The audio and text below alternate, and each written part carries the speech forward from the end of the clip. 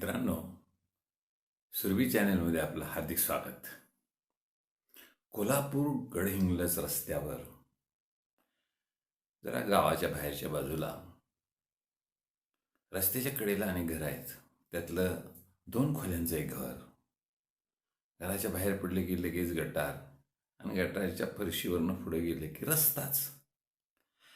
त्या 2 खोल्यांच्या घरामध्ये एक दाम्पत्य राहत होतं. मित्रांनो, त्यांना एक सुंदर गोड मुलगी होती. आनंदात दोघं राहत होती.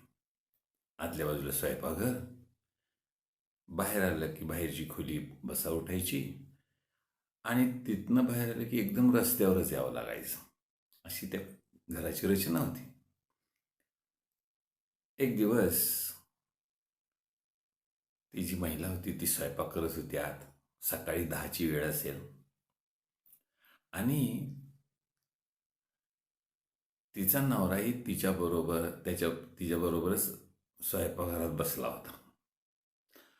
आणि ती लहान मुलगी असेल 1.5-2 वर्षाची रांगत रांगत स्वयंपाकघरातनं बाहेरच्या खोलीत गेली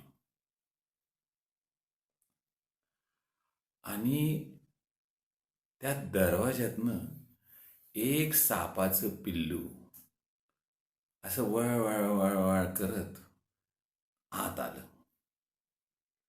त्या मुलीनं जसं ते सापाचं पिल्लू बघितलं, वळवळ करतंय, चकाकणारं दिसतंय, तशी तिची उत्सुकता जागी झाली.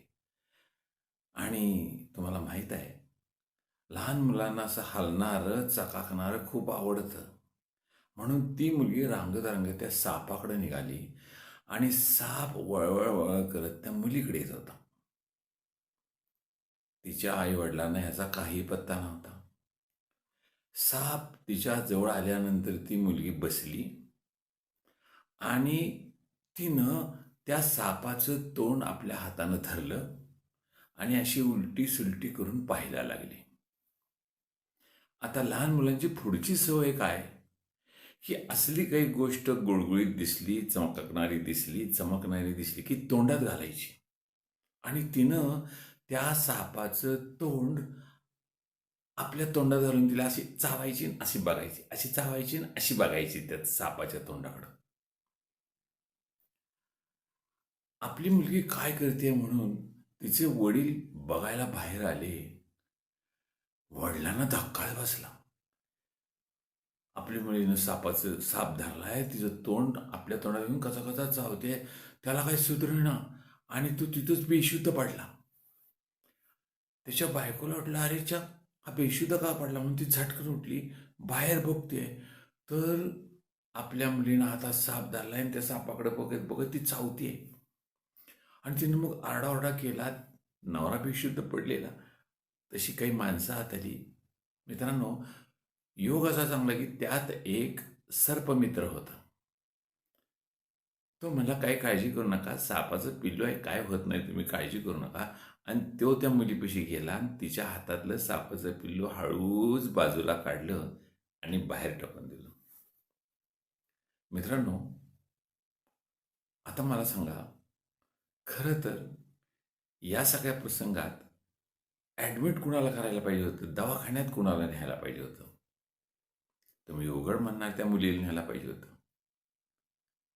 पण मला असं वाटतं की दवाखान्यात पहिल्यांदा त्या सापाच्या पिल्लाला न्यायला पाहिजे होतं, कारण त्याला ही मुलगी चावली होती.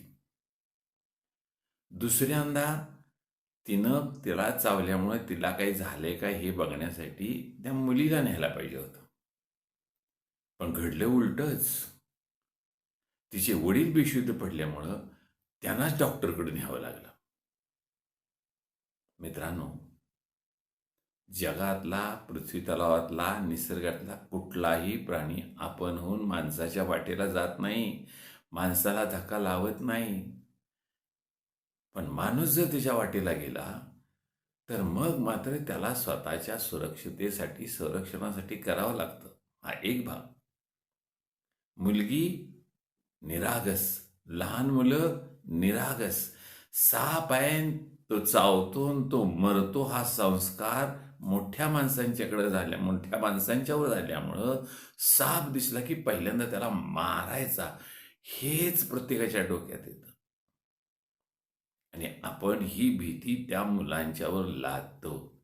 भीती शरीरामध्ये अनेक नको ती विषारी टॉक्सिन्स तयार करतात आणि शरीरावर त्याचा हळूहळू वाईट परिणाम होत असतो. म्हणून मित्रांनो, लहान मुलांना कधी भीती टाकू नका. त्यांच्या मनात भीती बसेल असं त्याला काही सांगू नका.